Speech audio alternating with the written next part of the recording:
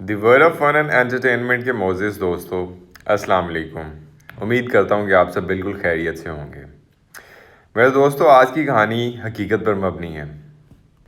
آپ سے التماس ہے کہ ہماری ویڈیو کو اینڈ تک ضرور دیکھیے گا تاکہ آپ اس سے بھرپور افادہ حاصل کر سکیں۔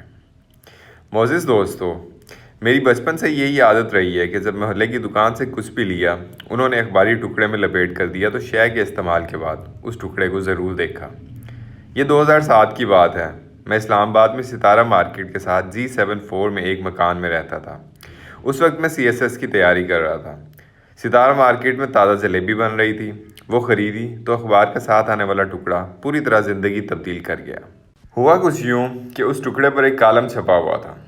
کالم نگار کا نام تو اب یاد نہیں، لیکن اس نے جو لکھا تھا وہ سب یاد ہے۔ حرف بہ حرف تو نہ صحیح، لیکن پھر بھی یاد ہے۔ آئیے آپ کو بھی سناتا ہوں۔ اس نے لکھا کہ میں کل اپنے ایک کاروباری دوست کے پاس دفتر گیا، چائے پی، گپ شپ لگاتے ہوئے گھر جانے کا وقت ہو گیا۔ جب دفتر سے باہر نکل رہے تھے تو کلرک نے آ کر ایک شکایت لگائی کہ جناب فلاں چپراسی سست ہے، کام نہیں کرتا۔ بات سنتا ہی ڈرائیور نے بھی اس کی ہاں میں ہاں ملائی۔ یہ سنتا ہی میرے اس دوست نے کہا، اگر کام نہیں کرتا تو اس کو کس لیے رکھا ہوا ہے؟ فارغ کرو اسے۔ میں نے فوراً مداخلت کرتے ہوئے کہا، کیا یہ بہتر نہیں ہوگا کہ ایک دفعہ اسے بات کر لو؟ کیا پتہ اس کے کچھ مسائل ہوں۔ پھر میں نے اپنے دوست کو ایک آنکھوں دیکھا واقعہ سنایا۔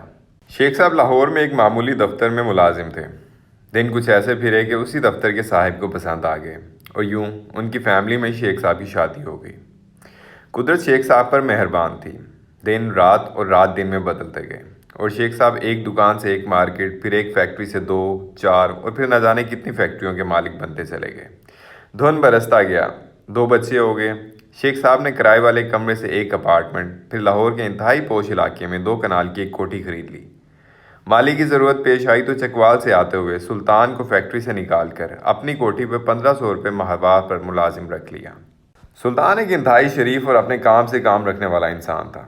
نہ کسی سے کوئی جھگڑا، نہ کوئی عداوت اور نہ ہی کوئی شکایت۔ ایک بار شیخ صاحب دن کے 10 بجے کسی کام سے گھر واپس آئے تو گاڑی دروازے پر ہی کھڑی کر دی کہ ابھی واپس دفتر جانا تھا۔ دروازے سے گھر داخل ہوتے ہوئے اللہ جانے کیا ہوا کہ پودوں کو پانی دیتے ہوئے سلطان کے ہاتھ سے پائپ پھسلا اور شیخ صاحب کے کپڑوں پر ایک پوری تیز پھوار جا پڑی۔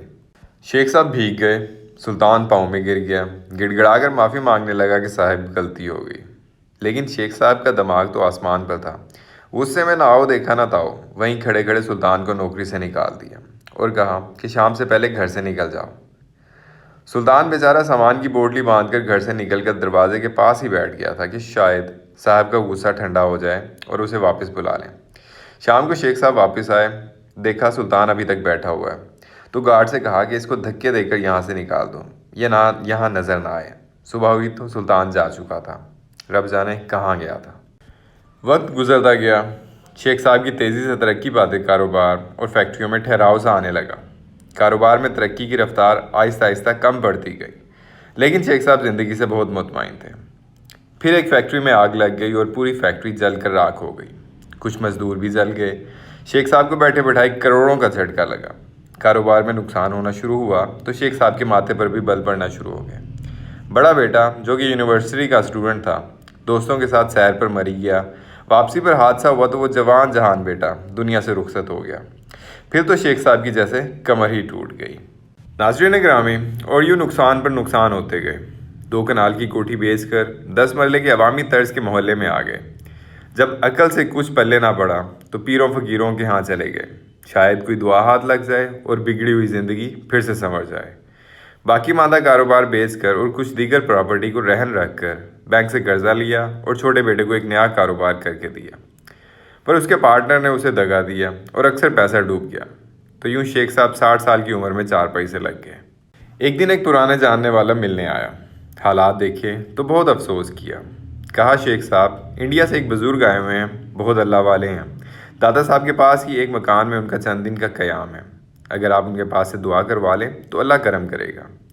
شیخ صاحب تو جیسے کسی معجزے کے انتظار میں بیٹھے ہوئے تھے۔ وہ فوراً سے تیار ہو گئے، اس مکان پر پہنچے، ملاقات کی، مسئلہ بیان کیا۔ انہوں نے آنکھیں بند کی اور کچھ دیر مراقبے کی کیفیت میں رہے، پھر آنکھیں کھولیں، شیخ کو دیکھا اور کہا، تم نے سلطان کو کیوں نکالا تھا؟ شیخ کے سر کے اوپر گویا ایک قیامت ٹوٹ پڑی۔ آنکھوں سے آنسوؤں کی ایک نہ تھمنے والی لڑی جاری ہو گئی۔ شیخ بزرگ کے پاؤں میں گر گیا اور معافیاں مانگنے لگا۔ بزرگ نے اسے کہا کہ میری بات سنو، پروردگار ایک رازق ہے، وہ رزق ضرور دے گا، لیکن اس کا وسیلہ انسانوں کو ہی بنائے گا۔ اوپر سے نیچے آتے پانی کی تقسیم جس طرح نہروں نالوں کی طرح ہوتی ہے، رزق بھی اسی طرح ہی تقسیم ہوتا ہے۔ پروردگار کے نزدیک ہم میں سے ہر ایک شخص وسیلہ ہے کسی اور کے رزق کا۔ اگر آپ وسیلہ بننے سے انکار کرو گے تو تمہارے حصے کا وہ رزق جو اس وسیلے سے تمہیں بطور معاوضہ مل رہا ہوگا ختم ہو جائے گا۔ تمہیں لاکھوں اور کروڑوں سلطان کو صرف 1500 روپے دینے کے عوض ہی ملتے تھے، تم نے وہ روک لیے، اوپر والے نے تمہارا معاوضہ ختم کر دیا۔ اب جاؤ اور سلطان کو ڈھونڈو، اگر وہ مان جائے اور معاف کر دے تو تمہارے دن پھر جائیں گے۔ معزز سامعین، پھر کیا ہونا تھا کہ جیسے شیخ کی تو دنیا ہی لوٹ گئی۔ وہ سر پیٹتا گھر آیا اور پرانے کاغذات ٹٹولتا رہا کہ شاید کہیں سلطان کا کوئی پتہ، کوئی شناختی کارڈ یا کوئی اور معلومات مل سکے۔ کچھ بھی نہ ملا تو شیخ دیوانہ وار سلطان کو ڈھونڈنے چکوال جانے والی بس میں بیٹھ کر چکوال چلا گیا، پر سلطان نہ ملا۔ چھوٹا بیٹا ڈھونڈتا ڈھونڈتا چکوال اڈے پر آ پہنچا اور باپ کو واپس لاہور لے آیا، لیکن شیخ کے دل کا سکون ہی ختم ہو گیا تھا۔ کچھ دن بعد پھر شیخ گھر سے غائب ہوا تو بیٹے کو معلوم تھا کہ وہ کہاں ملے گا۔ بیٹا چکوال پہنچا تو دیکھا باپ زمین پر بیٹھا سر میں راکھ ڈال رہا تھا اور کہہ رہا تھا، سلطان تم کہاں ہو، سلطان تم کہاں ہو۔ بیٹا خود روتا ہوا باپ کو واپس لے آیا اور چند دن بعد شیخ کا انتقال ہو گیا۔ معزز سامعین، کالم نگار نے اس کے بعد لکھا، میں نے اپنے دوست کو یہ پوری کہانی سنائی اور اسے کہا کہ چپڑاسی کو نہ نکالو، اس کا رزق تمہارے رزق سے جڑا ہوا ہے، اسے تو رب کہیں اور سے بھی دے دے گا۔ اس کے پاس وسیلہ بنانے کے لیے کسی چیز کی کوئی کمی تو نہیں ہے، لیکن کہیں ایسا نہ ہو کہ تم اس معاوضے والی نعمت سے محروم ہو جاؤ۔ مجھے یہ واقعہ پڑھے ہوئے تقریباً 13 سال گزر گئے ہیں۔ آپ یقین کریں اس نے میری زندگی بدل دی ہے۔ میں مالی معاملات میں بہت محتاط ہو گیا ہوں۔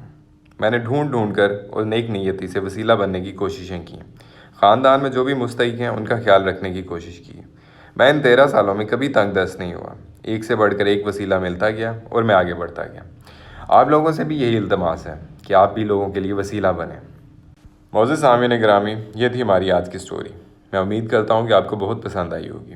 آپ سے مزید گزارش ہے کہ ہمارے چینل کو سبسکرائب بھی کر دیجیے گا اور اپنے دوستوں اور رشتہ داروں میں اس کو شیئر بھی کریں تاکہ وہ بھی اس سے بھرپور فائدہ اٹھا سکیں۔ تو اسی کے ساتھ ہی مجھے اجازت دیجیے۔ اللہ نگہبان۔